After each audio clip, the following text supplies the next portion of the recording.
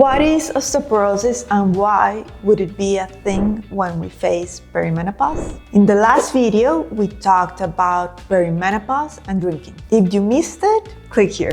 Welcome to my channel, I'm Dr. Anna CD. If you're a woman between 40 and 50 navigating the roller coaster of perimenopause, you probably have heard about osteoporosis. Maybe your doctor has mentioned words like calcium, bone health, or even vitamin D. But what exactly is osteoporosis? Well, imagine your bone as the building blocks of your body. Osteoporosis weakens these blocks, making them more prone to fractures, even with mild stress. It actually occurs when the creation of new bone doesn't keep up with the loss of old bone. Osteoporosis causes bones to become weak and brittle, so brittle that a fall or even a mild stress such as bending over or coughing can cause it to break. Osteoporosis-related breaks most commonly occur in the wrist or in the spine.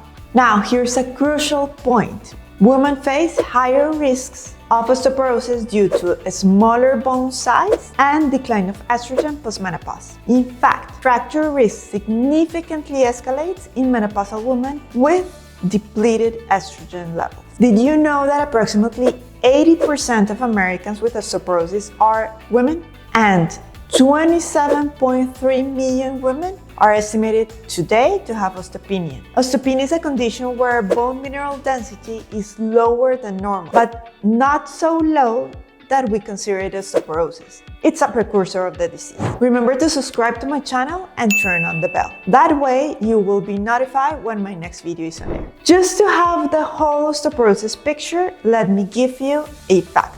Approximately 1 in 2 women over the age of 50 will break a bone because of osteoporosis. A woman's risk of breaking a hip is equal to her combined risk of breast, uterine, and ovarian cancer together.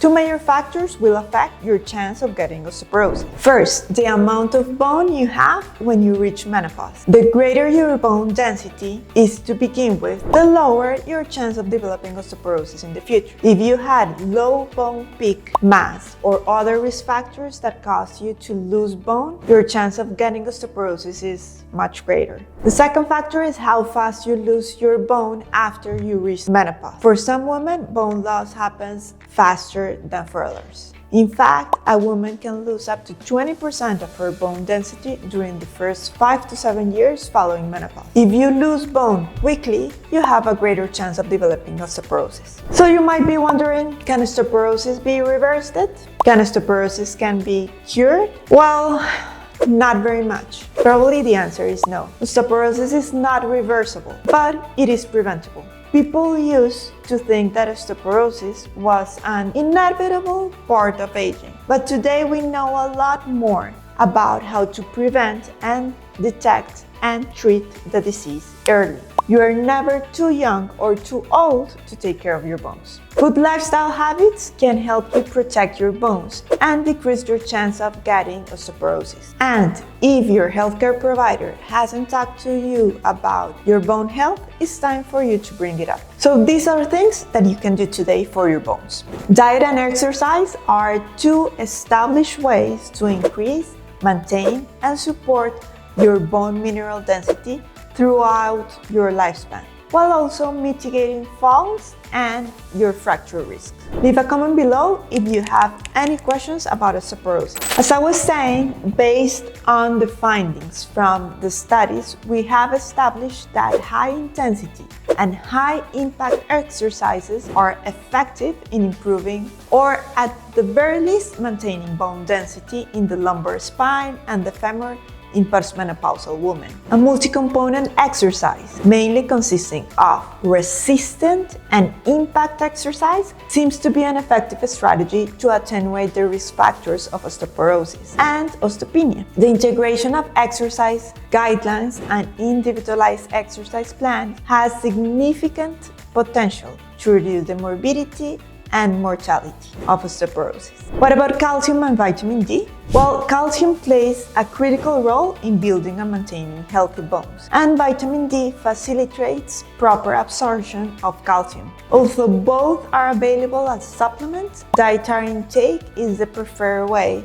to satisfy the daily consumption of calcium. Dairy products have a particularly high calcium content and are a valuable way to reach a high calcium diet. However, it is difficult to achieve sufficient circulating levels of vitamin D from diet. Studies have shown that high calcium intake from both food and supplements doesn't necessarily translate to better bone density in postmenopausal women. So what's the best approach? Aim for around 800 milligrams of calcium daily from your diet. You can incorporate calcium-rich food like dairy products, and it's okay to use fat-reduced products. Other alternatives are leafy greens, fish with bones, beans and lentils, nuts, especially sesame, for example, chia seeds, edamame, and tofu. Remember, the key to strong bones isn't just about popping the pills. It's about really nourishing your body with a balanced diet with calcium-rich foods. Should you take vitamin D?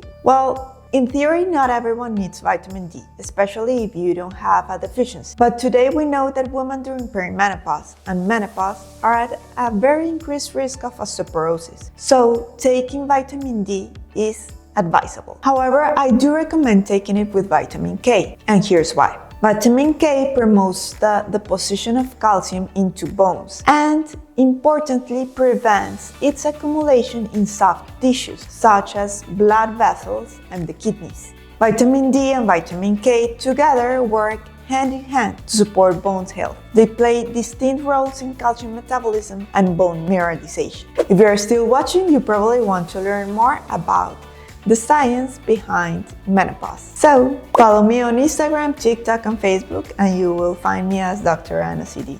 Now my final message. Estrogen remains a vital component in preventing and treating osteoporosis, especially in women under 60 and those with premature ovarian insufficiency. Hormone replacement therapy can be a game changer for you, and you should talk to your doctor about it. If you found this information valuable, don't forget to hit that like button, subscribe for more empowering content, and share this with the amazing women in your life. Remember, you are not alone, and together we've got this. Until next time, take care and stay tuned.